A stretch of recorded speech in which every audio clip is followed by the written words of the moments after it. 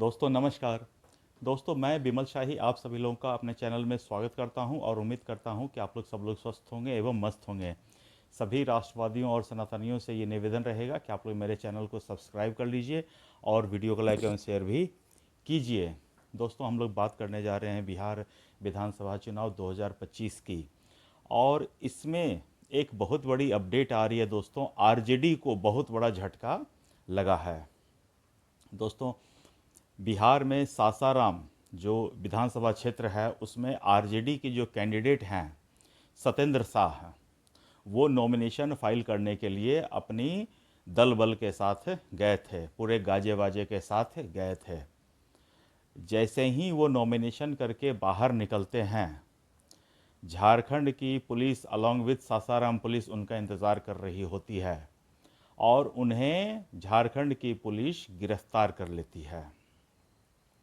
हालांकि सत्येंद्र शाह जो हैं वो आरजेडी के प्रथम चॉइस उस सीट के लिए नहीं थे। उस सीट के लिए वहाँ की जो लोकल कैंडिडेट हैं सीमा कुशवाहा जी, वो उस सीट पर अपना दावा पेश कर रही थी। लेकिन आरजेडी ने सीमा कुशवाहा जी को दरकिनार करते हुए, साइडलाइन करते हुए इस सत्येंद्र शाह को, जो बनिया समुदाय से आते हैं, उनको टिकट दिया। और वो किसके खिलाफ लड़ रहे थे? वो उपेंद्र कुशवाहा की वाइफ के खिलाफ कंटेस्ट कर रहे थे।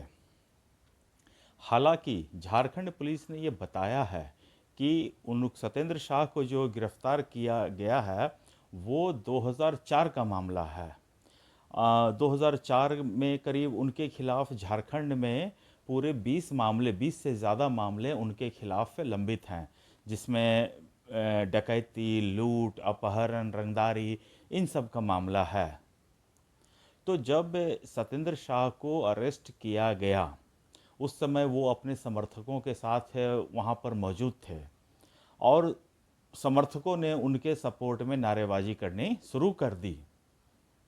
कोई भी नेता का जो समर्थक होता है वो नारेबाजी करेगा ही करेगा।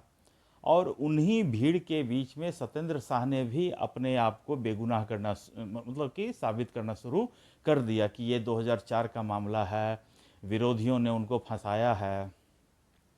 तो सबसे पहले मैं ये कहना चाहूँगा कि सत्येंद्र शाह को गिरफ्तार करने के लिए कोई बिहार पुलिस नहीं गई थी, कोई यूपी पुलिस नहीं गई थी झारखंड की पुलिस, जहां पर उनके सहयोगी जेएमएम की सरकार है।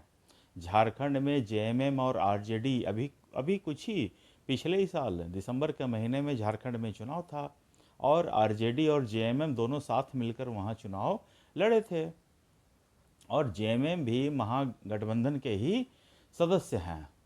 तो उनको किसी विरोधी ने गिरफ्तार किया है ऐसा कुछ कहने की ज़रूरत नहीं है। उनको पुलिस ने गिरफ्तार किया है और पुलिस ने कोर्ट के आदेश के बाद, कोर्ट का आदेश पुलिस के पास था, आपके खिलाफ वारंट इशू हो रखा था बहुत पहले से ही। तो पुलिस को अब अवसर मिला है आपको गिरफ्तार करने का, तो पुलिस ने आपको गिरफ्तार किया। दोस्तों ये पुलिस और प्रशासन और जो बाहुबली होते हैं, इन सब का एक गठबंधन होता है और वो जब तक आपके ऊपर हाथ नहीं डालते हैं जब तक ऊपर से किसी राजनेता का दबाव ना हो। जैसे ही दबाव आना शुरू होता है पुलिस आपको गिरफ्तार कर लेती है, आपके खिलाफ मामला तो होता ही है। अब देखिए इस केस में हुआ है क्या। तो जो आरजेडी के जो कैंडिडेट थे सत्येंद्र शाह, उनके खिलाफ 2004 से ही मामला है, याद कीजिए। और वो 2010 में भी चुनाव लड़े हैं, 2015 में भी चुनाव लड़े हैं और 2020 या 22 में भी वो चुनाव लड़े हैं। उस समय झारखंड की पुलिस उन्हें आके गिरफ्तार नहीं करती है। लेकिन अब जो है झारखंड में, बिहार में जो महागठबंधन है उसका अलायंस टूट गया है। महागठबंधन ने जेएमएम को एक भी सीट बिहार में लड़ने के लिए दिया नहीं। तो जेएमएम वाले बहुत नाराज़ चल रहे हैं और उन्होंने यह भी कहा है, जेएमएम वालों ने कहा है कि इस चुनाव के बाद हम महागठबंधन जो बना है उसका हम पुनर्विचार करेंगे, इसके ऊपर फिर से विचार होगा। और इसी क्रम में जब अपना गुस्सा निकालना था तो उन्होंने सारे कैंडिडेट्स की निकाली होगी फाइल, और जिस कैंडिडेट के खिलाफ भी झारखंड में आपराधिक मामला दर्ज हुआ रहेगा उसके खिलाफ उन्होंने एक्शन ले लिया। तो दोस्तों, चुनाव से पहले किसी कैंडिडेट का अरेस्ट हो जाना ये एक बहुत बड़ा उस पार्टी के लिए झटका होता है जो पार्टी ये प्रचार कर रही है कि हम आएंगे तो हम शिक्षा को बढ़ावा देंगे, रोज़गार को बढ़ावा देंगे। लेकिन आपने टिकट वितरण कैसे कैसे लोगों को किया है ये आपकी पोल खुल के सामने आ जाती है। और ये सभी पार्टियों के लिए मैं कह रहा हूँ, सभी पार्टियों में जितने भी दागी कैंडिडेट्स हैं, सभी पार्टियों ने अपने अपने जिसको जितना बन पड़ा उसने दागी कैंडिडेट्स या फिर बाहुबली सबको टिकट दिया है। ऐसा नहीं कि कोई पीछे है, सब ने अपने अपने हिसाब से दिया, भर भर के दिया है। लेकिन किसी का मामला पहले आता है, किसी का मामला बाद में आता है। ये तो तेजस्वी यादव की किस्मत खराब है कि उनका कैंडिडेट को मतलब नॉमिनेशन करते ही पुलिस ने वहाँ से उसको उठा लिया।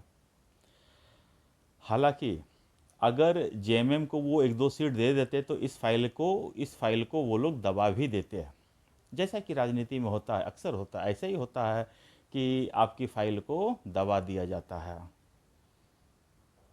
तो अब देखिए दोस्तों, सासाराम में उपेंद्र कुशवाहा की पत्नी के लिए अब मैदान साफ हो चुका है।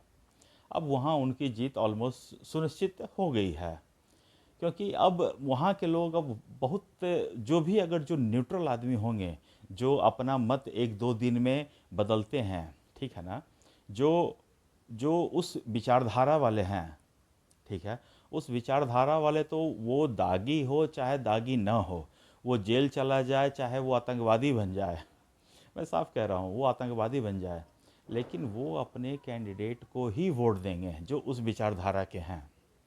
लेकिन कुछ परसेंट ऑफ वोट ऐसे होते हैं जो न्यूट्रल होते हैं। वो जैसे जैसे चुनाव आगे बढ़ता है, क्या क्या कैंडिडेट्स घोषणा करता है, अपने कैंडिडेट को देखते हैं, परखते हैं, उसके बाद वोट देते हैं। तो जो ऐसे 10 से 15% जो स्विंग वोटर्स होते हैं वो मुझे नहीं लगता है कि अब आरजेडी को वोट करेंगे। वो हो सकता है कि सीमा कुशवाहा या जो भी एनडीए की जो कैंडिडेट हैं उनको वोट करें। तो ये एक बहुत बड़ा झटका है तेजस्वी यादव के लिए।